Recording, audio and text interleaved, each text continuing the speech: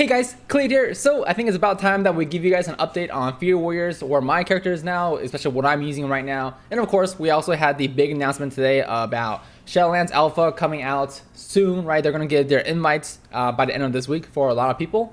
So first, let's get into Fear Warriors right now. We're not really going to talk about anything rotational wise, right? For that, generally refer to the 8.2.5 guide that I have. Everything there is exactly the same. This is only talking about like what gear and talents that you might want to have, right? And for that, talents, it's basically exactly the same. Fear Slash still sims a little bit higher than Sudden Death, but definitely if you really don't like playing Fear Slash, you can definitely go Sudden Death, especially if there's any type of add or cleave on the fight. I mean, I think there's only like 2 or 3 pure single target fights in the entire raid anyways. So this is basically your single target setup. And then of course, if you're doing AoE, you can literally use this exact same thing, especially for PV like raid purposes. Occasionally you can go into Blaze Storm, but generally you can just stick with Dragon Roar. And then the other thing is if you're doing Mythic Plus, then you would just go into Stormbolt. Yeah, there's always conversation about Reckless Abandon, anger management. Not a fan of it. I mean, you have to get into such high amounts of mobs for that to even be useful. And even then, as a Fear right now, you basically rely on Twilight Decision anyway, so these two talents doesn't really matter. Alright, so as far as for essences, your single target setup is always going to have Condensed Life Force as the major. It's by far the best major, whether you're simming 1 minute fight, 2 minute fight, 3 minute fight, 4 minute fight, 5 minute fight, whatever duration it is the best major. Hands down, there's really no competition. And on top of that, the best minor, Breath of the Dying. If you're any DPS in any single spec, this is the best thing to have. It just does so much damage, and it gives you 10 corruption resistance, which is also very, very strong. So these two are must-haves. And as far as for the other traits, right now for my character, the best is Conflict and Strife. And then it's a toss-up between Focusing Iris and Blood of the Enemy as the minor. It just kind of depends on like where my stats sit, right? Whether or not I need some more of that crit or haste or whatever it is. Alternatively, you can also have, the Whirlwind Resonance as a minor too. That's also fine. And then to change this up for AoE, you would just take Blood of the Enemy as the major. And then of course you want Purification Protocol because it actually AoEs. That's really it. You can obviously change that with Conflict and Strife too if you don't want that. But just like in single target, Breath of the Dying is a must-have. So this is my general setup for AoE for essences. And then of course for single target, we switch this back to Condensed Life Force. And then I would switch this to Essence of Focusing Iris, right? And then so that takes our essences. For your actual corruption for single target, it's very, very simple. You just put all of the gear you have into raid bots in the top gear functionality, and you just let the sims tell you what to put on. Because yes, can you actually go and look at Blood Mallet, for example? You want to go to corruption, DPS per corruption rating, and you can see what the best corruption is. That's really great. But can you get a gushing wound? Maybe you can, but I have not been able to get it, so obviously I cannot wear it, right? And that's a big, big component of this, is that yes, it's great that there's best in slots, all of this. Likely chance of that you having them, very, very low, especially multiple gushing wounds, very low.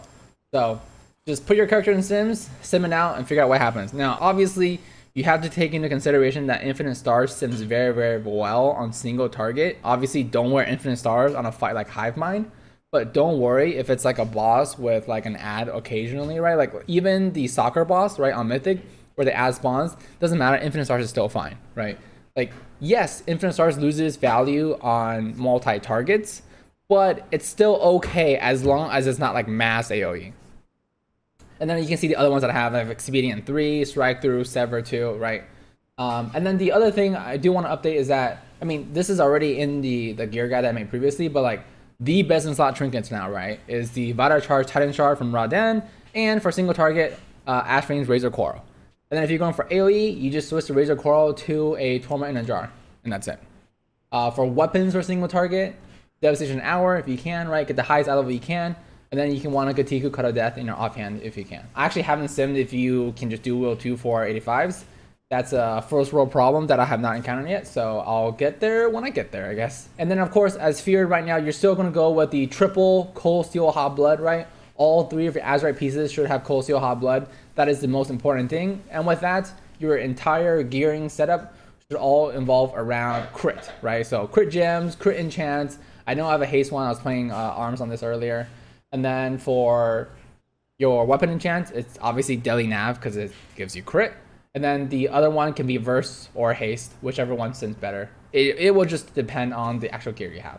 Oh, and then the one last thing is when you're actually doing AoE setup. So if I put on my Fury gear, right? Now, when you guys watch this video, the reset might have already happened, but if it hasn't, right, as of the week I'm recording this video, my total corruption is 59, and I have rank 5 Twilight Devastation, right? So I'm wearing a weapon that has rank 3, right? And I'm wearing a shoes that has rank 2. So in total, rank 5, big, massive damage, right? When my Twilight Devastation goes down and hits people, it trucks them. It's insane damage. And when you talk about AoE, this is how Fury beats arms in AoE. It's when you get those really, really big Twilight Devastation hits on all the ads. So I would actually say for a pure single target or like 2/3 target cleave, arms is definitely better than Fury right now. But for Mythic Plus and more so mass AoE, I would actually say Fury is better. Yes, Twilight Devastation got nerfed in a way where, you know, if there's so many ads, there's one point where it basically does no damage. But that takes so many ads to do, and unfortunately, to have that many ads, arms can't burst fast enough, right? Now, you could maybe make a build where you do like triple Lord of War and triple Gathering Storm as arms, but realistically, that's kind of a meme spec, and that's not the legitimate like arms, right? Even for arms, single target AoE, you're going Test of Might for both situations. For that situation, arms has way too long of a ramp up for AoE for it to be competitive, so that's what I would do. If you're going for the highest DPS you can actually put out, it's arms for single target and 2/3 target cleave, and then Fury for AoE and Mythic Plus. So let's get into the other big news, of course, right? You guys might have seen this already, but if you guys haven't, I'll have links to the Shadowlands stuff down below. But Blizzard did come out and they've announced that they're sending their first round of invitation for Shadowlands. I won't go through everything on this. You guys can feel free to read it, but I'll point out the most important things. All right, so one of the things that they mentioned in their blog post is this: players of all 12 classes will immediately see changes in their spellbooks, talents, and even their resources.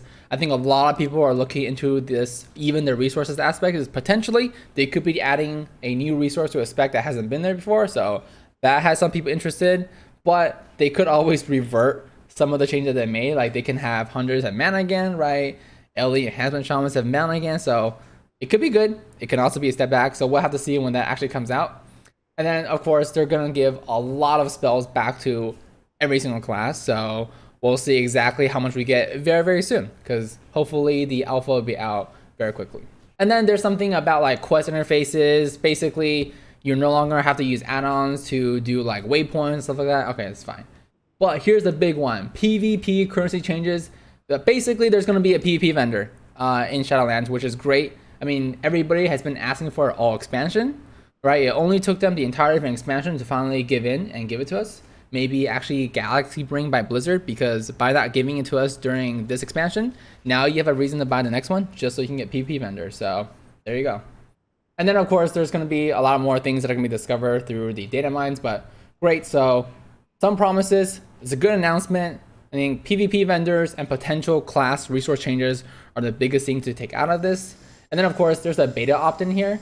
I don't know how many people are going to have this problem. When you click on it, it's going to be unsuccessful. So all you have to do, by the way, is you just have to open this in the browser or open it incognito and relog in. I think this happens if you already opted in like a long time ago, but for those of you guys that might run into the issues, because I think this will be a common problem. And then the other thing that's also important is that they released some of the Covenant class and signature abilities.